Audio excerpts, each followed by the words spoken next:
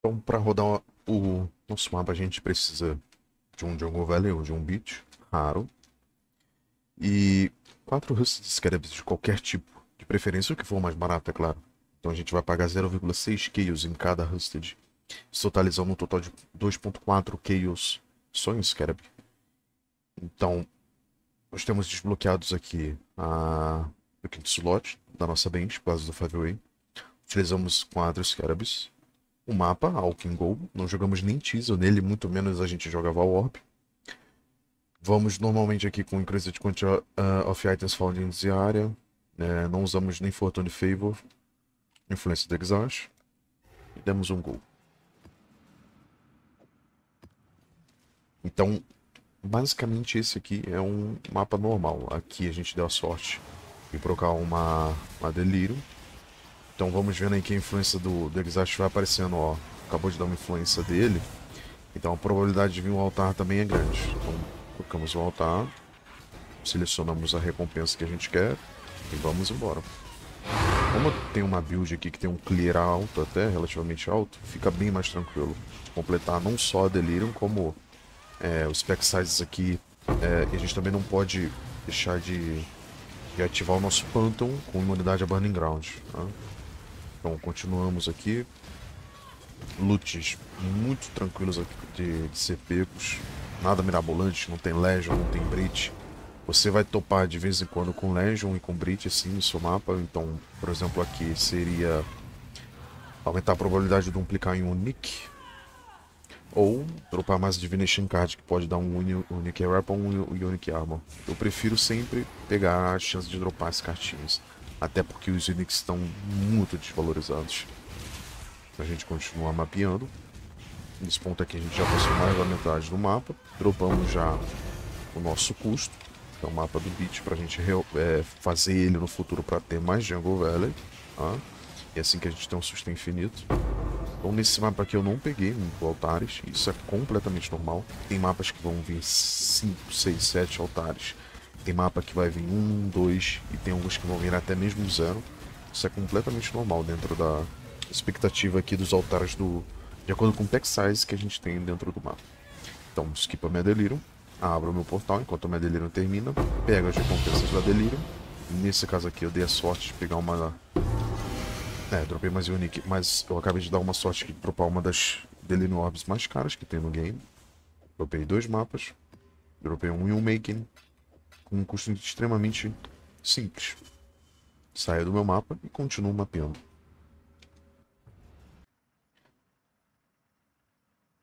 Bom, seguindo a lógica aqui dos nossos mapas, a gente acabou de fazer um Jungle Valley. E o Jungle Valley tem uma interação muito interessante com o Wandering Path, é que dropa muito bit. Então olha a quantidade de bit que eu dropei em 100 Jungle Valleys. Então pra gente ter o retorno depois do nosso Jungle Valleys, é só você fazer o bit, do nosso nodo chamado Shadow Shaping. Bom, sobre o Jungle Valley, a gente começa a entender a tri a partir do momento que a gente lê os nossos pontos de Keystones. Então, olha, o Wandering Path, ele anula todos os pontos notáveis da nossa tree. Tá? Então, se a gente colocar o mouse em cima dos nossos pontos notáveis, podem ver aqui que está tudo inutilizado.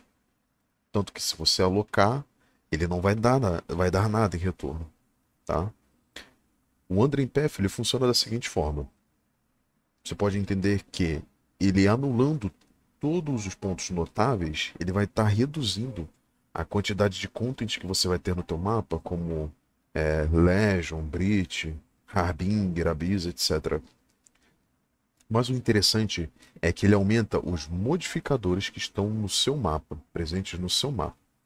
Então, se eu pegar, por exemplo, um mapa Jungle Valley e colocar ele no meu mapa device, tudo que está aqui vai ser modificado pelo meu Atlas a partir dos pontos que eu alocar. Então, lá no meu Wandering Path, eu vou começar a forçar diversos tipos de pontos específicos. Não só eu quero que drope mapas conectados para eu ter um sustain infinito de mapa, como que eu quero que esses mapas que dropem sejam duplicados. Então, se eu clicar aqui na direita, ele vai mostrar de uma forma muito desorganizada, né? GGG e suas filosofias, de que todo mapa que eu dropar, ele tem 37% de chance de ser duplicado. Isso porque eu estou dedicando a minha trilha inteira a pegar a totalidade de pontos de chance de duplicar mapa. Então, todo ponto que tem para duplicar mapa, eu estou pegando nessa trilha aqui de Wandering Path. É por isso que os pontos são bem distintos um do outro, né? Então, vem para cá e vem para cá e coloca pontos aqui também. E ele funciona dessa forma. A partir do momento que eu estou de Wandering Path e eu dropo um mapa, esse mapa tem uma chance altíssima de ser duplicado. Não só isso, eu também aumento a chance de um monstro que está no meu mapa dropar um mapa que está conectado ao mapa que eu estou fazendo naquele momento. Isso aí a gente vai ver já já no nosso Atlas que cada mapa é conectado a uma série de outros mapas. Isso varia de 3, 4, enfim. Bom, entenderam como funciona o Wandering Path, que é anular todos os nossos notáveis e duplicar a efetividade das nossas smalls, a gente consegue fazer uma tree dedicada não só a drop de mapa, tá? Para dropar mapa conectado e duplicar ele, como a gente também consegue fazer com que o nosso mapa tenha um pack size muito, muito alto. Então, por isso que a gente faz Exhaust em vez de Iter. O Iter, ele tem muito altares que adiciona Quantity e Rarity no nosso mapa. Nos seus Eldritch Minions. O Exhaust já é diferente. Ele dá uma tonelada de currency aleatória pra gente, baseada nos minions que a gente mata. Então você de vez em quando vai topar com um altar de Away Sextante, que no momento está valendo 6 caos cada um. Vai topar com um altar de Obfell Nument, que está valendo de 9 a 10 caos cada um. Então, são várias currencies pequenininhas que você vai pegando gratuitamente no seu mapa, que vai fazendo com que essa estratégia consiga bater de frente com muitas estratégias que o pessoal está fazendo agora.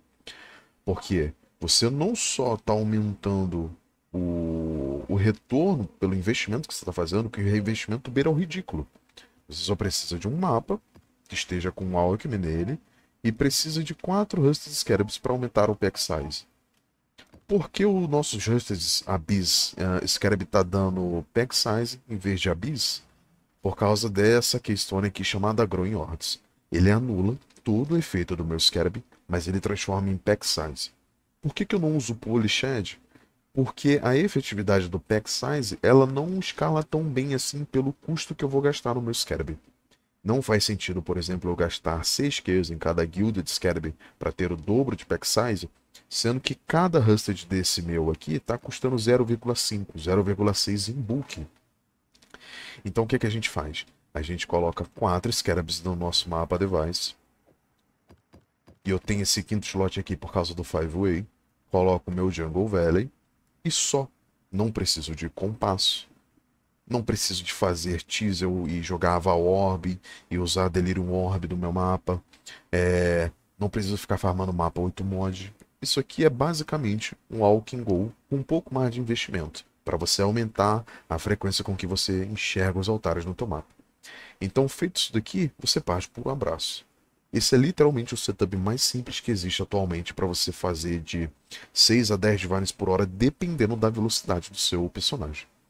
Então, voltando ao Growing Hordes, a gente força pack size, porque o pack size vai forçar as aparições do altar do Iter. A partir do momento que a gente vê uma quantidade absurda de monstros no nosso mapa, a probabilidade de ter mais altares no nosso mapa, ela aumenta. Bom, resolvido todos esses problemas aqui, a gente vai tentar fazer com que todo mapa que drop seja um mapa conectado. A gente não consegue fazer isso 100%, até porque seria muito roubado. Mas se você ver aqui no meu mapa de resultados, na minha quadra de resultados, vai ver que eu fiz 100 Jungle Valley, e nesses 100 Jungle Valley teve essa totalidade inteira de beat, que depois você refaz o beat para ganhar todos os Jungle Valley em dobro. Então funciona da seguinte forma: a gente aloca uma keystone chamada Shadow Shaping, que ela tem a seguinte propriedade: mapas que você encontra não podem ser mapas favoritados. Então olha só, se a gente bater o olho na nossa tree, a gente vai ver, no nosso Atlas Tree, a gente vai ver a seguinte composição. Cadê o Jungle Valley? Pronto. O Jungle Valley, quando a gente está fazendo ele está conectado, tá, por esses traços aqui, ao Beat, ao Crimson Township e o Ticket. A partir do momento que eu favoritar Ticket e Crimson Township, você concorda comigo que a minha chance de dropar um beat por causa da minha tree Wandering Path está extremamente tendenciosa a ser um beat?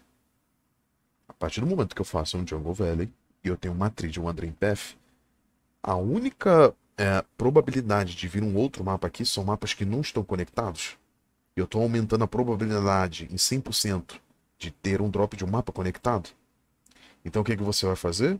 Você vai favoritar Crimson Township e Ticket. Pronto. Agora todo Jungle Valley que eu fazer vai ter uma probabilidade imensa de dropar um beat. E todo beat que eu fazer, se eu favoritar Underground, Factory e Desert Spring, ó, Factory, Desert Spring e Underground Sea, tá? A gente vai aumentar nossas probabilidades quando eu estiver fazendo beat de dropar um Jungle Valley. Esse é basicamente um resumo de um Wandering Path Jungle Valley. Por que Jungle Valley? O layout não é só extremamente bom por ser um layout reto, na maioria das vezes, e porque ele também não tem altar de boss. Como o boss ele fica numa instância separada, não uma instância separada, mas ele fica numa sala separada do mapa inteiro em si, os altares de boss não existem. Então isso força com que, em vez de você ter um altar que apareça no teu mapa como boss tem, quando você mata o boss no final do mapa, drop 4 Awakened Sextant, você vai ter a chance de ver o altar de a cada monstro que você mata tem 5% de chance de dropar um Awakened Sextant. Então o Jungle Valley não é só por causa do layout, mas é porque ele é excelente para a gente forçar o nosso mapa a ver mais altares de currency. Porque o Exarch, o que mais tem nele é currency, que a gente chama de Bobangan Currency, tá? São currencies aleatórios. Bom, fazendo essa tree aqui, entendendo todos os meus pontos, vai sobrar ponto, certo? Eu tô alocando muito ponto já em drop de mapa, eu não consigo nem mais duplicar, porque eu já peguei todos, então me sobra pontos. Logicamente falando, quanto mais rápido eu for, mais currency eu vou fazer. Então o que a gente faz? Vamos alocar uma mecânica que dê uma currency pra gente estável, que a gente não precise pagar nada para ter essa mecânica e que você seja o mais eficiente possível. Batendo o olho nessa tree, a gente pode perceber que é a Heist. Por quê? Você tem uma chance de encontrar contrato de Deception, Blueprint, pode dropar também Priceless, tá? Contratos Precious, isso que a gente consegue vender num canal chamado TFT. Então você vai clicar num bueiro, numa escotilha, seja lá o que for o nome daquele negócio, e vai dropar coins, você vai dar 2 cliques e vai continuar andando pelo outro mapa. Então a gente aloca aqui chance de conter a escotilha, tá? da Heist. Aumenta também o quantity de contrato que a gente vê no nosso mapa, aumenta a quantidade de blueprint e aumenta também a chance de ter uma escotilha adicional, tá? Aqui também a gente aumenta que os nossos contratos sejam de um valor maior, porque quando a gente força ele a ser do job 3, 4 e 5, a gente está dando a entender que ele seja mais valioso do que os outros. Sei lá, por exemplo, alguém vai comprar um Brutality, que nem compra mais no TFT, na real, nesse ponto da liga. E aqui também eu tenho um pouquinho de ponto de delírio, porque foram pontos que sobraram. Mas eu poderia regretar mais um pouquinho aqui de chance de dropar um mapa conectado para ter mais quantity de reis. Aí isso aí fica a cargo de quem vai estar fazendo a tree e mudar conforme você achar melhor. Mas tenha em mente que os nodos notáveis eles são anulados. Então não faria sentido você pegar chance de conter essência, mas não conseguir transformar a essência num tier acima. Quando vira uma Shuriken, ter mais 3 essências nela e assim vai indo. Então essa é a tree mais básica, iniciante que você vai ver por aí para ter uma coincidência decente. Para depois, quando você terminar de farmar isso aqui tudo, você partir para outros farms. Fazer cemitério, para ir atrás da Brothers Gift, fazer Crimson Temple, fazer farms de Harvest, começar a investir em sextantes, porque nós não temos nenhum tipo de investimento aqui. A ideia é investir o mínimo possível para ter o maior retorno possível. É por isso que isso aqui é uma tree tão forte. Então, nos nossos resultados aqui, meu Exile está apontando que em 100 mapas eu fiz 16 Divines, mas isso não significa que eu vou conseguir liquidar isso aqui tudo de uma vez só. Ele está dizendo que o valor, sem contar em bulk, é 16 Divines. mas ele também não conta mapa e ele também não conta contrato. Então, por exemplo, aqui, se eu falar que os meus contratos valem 8 kills cada Deception, então eu já tenho 8, 16, 24 e por aí vai. Não só isso, mas os Unusual Gems, que são blueprints que vendem por 30 caos e dependendo da quantidade de runs de saque de deck que tem, por exemplo, essa tem 5, começam a valer ainda mais do TFT. Mas isso é um manejamento que a gente quer fazer depois que a gente faz uma quantidade absurda de mapas, 300, 400 mapas, que é quando você vai encher a sua Hashlock inteira de contratos e que só assim você vai liquidar depois. Basicamente, essa estratégia mais simples possível que você vai ver por aí. E é assim que funciona o Wandering Path de um Jungle Valley.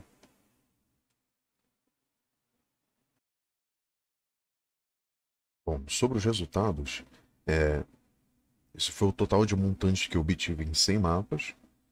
Eu levei aproximadamente 1 minuto e 30 por cada mapa. E o Exilence está apontando aqui para mim que de toda essa currency, a minha currency mais valiosa é uma Divine Orb, que eu dropei por mera sorte, isso aqui é RNG. Mas eu tô vendo uma recorrência de uma Divine Orb a cada 50 mapas que eu faço. Então, como eu fiz 100 mapas e a cada 28 mapas eu dropo uma incandescente Invitation, esse também se torna um drop constante. Tá? A cada 28 mapas, é 100% de certeza de sempre vir uma incandescente Invitation que tá indo por quase aproximadamente uma Divine. Então, esse foi, de acordo com o Exilence, os meus drops mais caros. Uma Divine, 4 incandescentes, por causa dos 100 mapas que eu fiz. Eu tive uma explosão que isso não acontece, tá? Essa foi a primeira vez que me ocorreu em 400 em alguma coisa de mapa já que eu já fiz em Wandering Path. Eu vi uma carta aqui que me dá também 50 kills, isso não é recorrente.